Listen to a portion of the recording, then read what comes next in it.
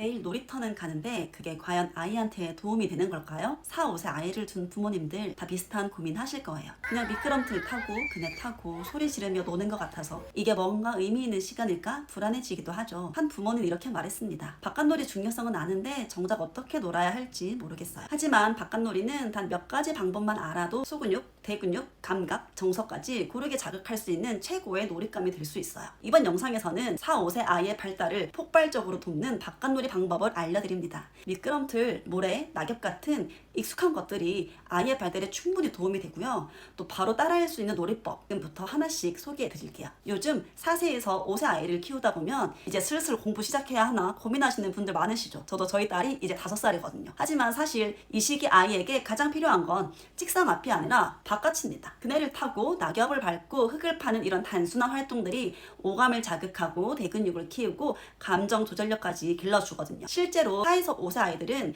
놀이를 통해 발달하는 것이 폭발적으로 이뤄지는 시기예요.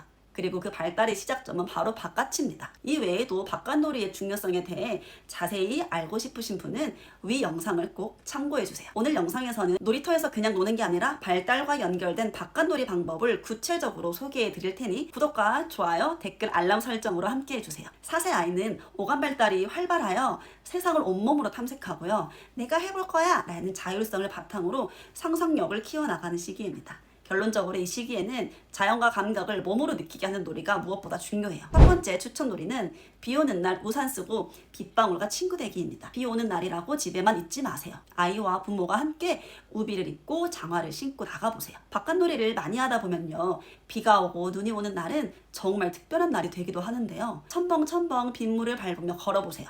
조금 더 익숙해지면 과감하게 물웅덩이와 아이와 함께 풍덩 빠져보는 거예요. 그리고 손바닥에 떨어지는 차가운 빗방울의 감촉을 느껴보기도 하는 겁니다. 비가 그치고 난 직후에는 돋보기를 들고 나가서 나뭇잎 위에 맺혀진 빗방울을 보는 것도 정말 재밌을 거예요. 또 비 오는 날에만 맡을 수 있는 흙냄새와 차가운 빗방울로 아이의 오감 발달을 촉진시킬 수도 있어요. 우리가 굳이 감각놀이를 엄마표 놀이로 해주려고 하거나 돈을 내고 시켜주지 않아도 됩니다. 왜냐하면 감각은 본디 자연에서 나오는 것이기 때문이에요. 두 번째 추천놀이는 자연물 창작놀이입니다. 낙엽에 구멍을 뚫고 찢기도 하면서 가면을 만들 수도 있고요.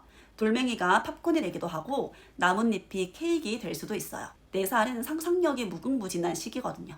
바깥놀이는 이러한 창의력을 활짝 펼칠 기회가 되어줍니다. 이런 활동들은 소근육 발달은 물론 아이의 이야기를 담은 상상의 나래를 펼치게 도와줘요. 이때 아이의 창의력에 도움이 되는 소소한 꿀팁은 어떤 요리를 만들지 또 누구에게 대접할지 등 아이가 스토리텔링을 할 수 있도록 유도해주세요. 손님 여기 나뭇잎 케이크 드세요. 진흙 스프가 최고군요. 이렇게 역할극을 통해 언어 발달과 상상력을 키울 수 있어요. 또 공원이나 산책 중에 바닥에 떨어진 솔방울만 주워보기, 돌멩이만 주워보기 놀이를 하면서 아이의 소근육도 발달시킬 수 있고 다양한 재질을 만져보면서 촉각 발달에 도움을 줄 수도 있습니다.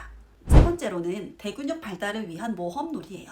우리 아이들은 꼭 어딘가에 올라가는 걸 좋아하죠. 그 이유가 아이들의 뇌에서 본능적으로 그 행동을 원하기 때문이에요. 그러니 우리 이제는 위험하다고 내려오라고만 하지 말고 안전하게 낮은 바위나 연석 위에서 걷기도 해보고 점프하며 뛰어내리기도 시켜보세요. 몸의 균형을 잡고 점프하는 활동은 대근육을 발달시켜줘요. 또 이 시기에는 킥보드나 자전거를 시작해보는 것도 좋겠죠. 네 번째는 엄마 아빠와 함께 귀 쫑긋 놀이입니다. 저건 무슨 소리일까? 아이와 엄마가 귀를 기울이며 주변 소리를 듣고 이야기해보세요. 새들의 지저김, 바람소리, 멀리서 들리는 자동차 소리까지. 아이들은 작은 소리에도 호기심을 갖고 반응해요. 또 소리 찾기 놀이도 추천하는데요. 오늘은 귀 쫑긋해서 새소리 찾아보는 거야 라고 해보는 거예요. 이 놀이는 아이의 청각 발달과 집중력을 높여주는 것은 물론 엄마와 아이의 교감까지 깊게 만들어 줄 수 있어요. 다섯 번째는 미끄럼틀 거꾸로 올라가기 괜찮아 예요. 미끄럼틀 거꾸로 올라가는 건 어른들의 눈에는 위험해 보이거나 규칙을 어기는 행동으로 보일 수 있어요. 하지만 미끄럼틀 거꾸로 올라가기는 아이들에게는 정말 새로운 도전이자 자신의 몸을 탐색하는 중요한 놀이가 됩니다. 물론 안전이 최우선이기에 반드시 부모님이 옆에서 지켜봐 주시는 것이 중요하겠죠. 놀이터에 우리 아이만 놀고 있다면 거꾸로 올라가고 이상하게 슈퍼맨처럼 내려와도 괜찮아요. 대신 아이에게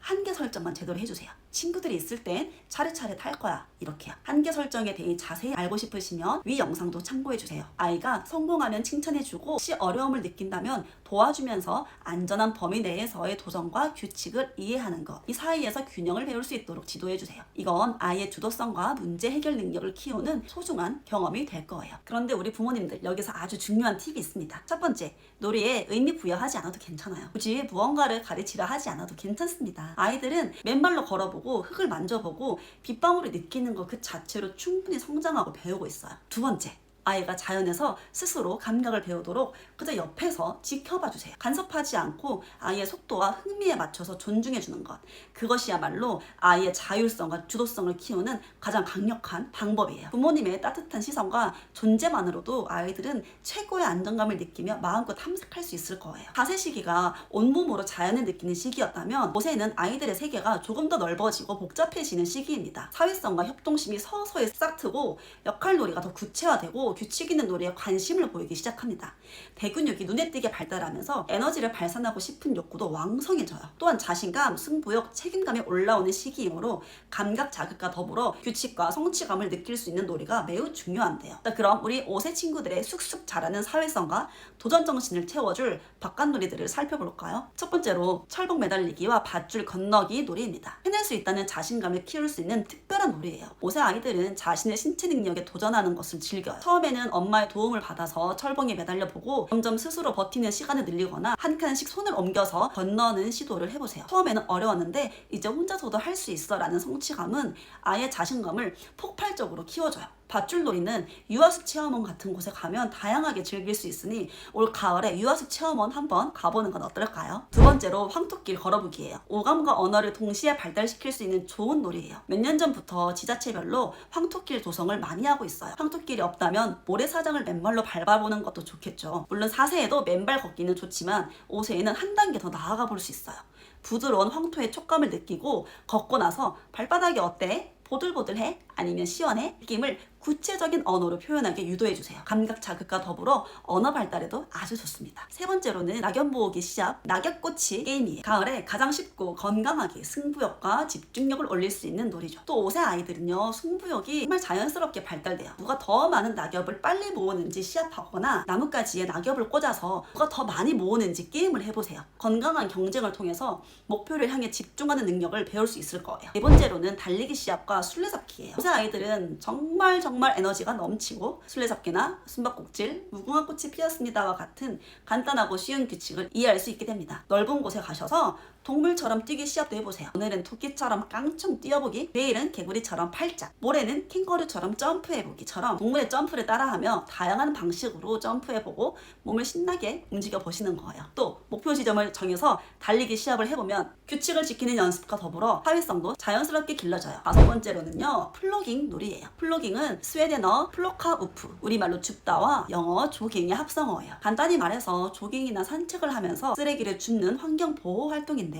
작은 봉투와 집게, 어린이용 위생 장갑으로 쓰레기 보물찾기 놀이를 해보는 거예요. 쓰레기를 주워서 봉투에 담는 간단한 활동이지만 집게를 사용해서 쓰레기를 줍는 건 소근육 발달과 눈손 협응에 도움을 주고 다 모은 쓰레기를 다시 분리수거하는 경험을 통해 플라스틱, 종이, 비닐을 분류해보면서 분류 능력과 인지적 판단력을 키울 수 있어요. 또 자연이 소중하다는 환경에 대한 감수성을 키우기에도 정말 좋은 활동이고요. 깨끗해진 주변을 보면서 성취감과 긍정적인 자아 개념에도 도움을 줄 수 있습니다. 우리 딸이 정말 멋지긴 했어 하고 칭찬해주면 아이의 자존감도 쑥쑥 자라날 수 있을 거예요. 4세 아이들과 마찬가지로 5세 아이들의 놀이에서도 아이가 이끄는 놀이를 존중해 주시는 것이 가장 중요합니다. 어른의 시선에서 제대로 놀고 있지 않다고 생각하더라도 아이들은 자신만의 방식으로 충분히 배우고 있어요. 그리고 규칙을 억지로 가르치려 하기보다는 놀이 속에서 자연스럽게 체득하게 해주는 것이 핵심입니다. 예를 들어서요, 친구와 놀이를 하다가 차례를 지키지 않거나 반칙을 했을 때는 어떤 규칙이었지? 다음에는 어떻게 하는 게 좋을까? 하고 아이 스스로 생각하고 깨닫도록 도와주세요. 스스로 터득한 규칙은 더 오래 기억되거든요. 하지만 그래도 저는 시간이 없어요 라고 하실 수도 있어요. 그럴 때는 하루에 정말 15분만이라도, 아니 10분만이라도 바깥에서 놀아주세요. 저도 프리랜서로 치료사 일을 하지만 하원을 하고 나면 저녁 6시가 넘을 때가 있어요. 평일이나 퇴근 후에 시간이 없다면 하원 후 10분에서 15분만 산책해보세요. 또 엘리베이터 대신 계단 오르기 게임을 해도 좋고요. 주말에는 공원 산책과 함께 제가 지금까지 알려드린 놀이 한두 가지만 정하셔서 30분에서 60분 정도만 놀고 오세요. 그리고 요즘 날씨가 정말 좋은데 돗자리 깔고 도시락과 간단한 공만으로도 충분합니다. 그리고 꼭 기억하실 건 함께 노는 것이 핵심입니다. 아이만 놀고 부모는 스마트폰 보는 건 효과가 떨어져요. 함께 웃고 반응해주는 것이 아이에게는 최고의 놀이 자극이에요. 이 시기에 아이는 놀이로 자랍니다. 특히 바깥에서 뛰놀며 온몸으로 세상을 느끼는 경험은 어떤 교육보다 강력한 성장의 기회가 돼요. 오늘 소개한 놀이법 중에서 여러분은 어떤 놀이를 아이들과 해보고 싶나요? 댓글로 남겨주시고요. 오늘 당장 꼭 하나만 실천해보세요. 아이의 표정과 행동이 달라지는 걸 직접 보실 수 있을 겁니다. 모든 아이들이 잘 노는 그날까지.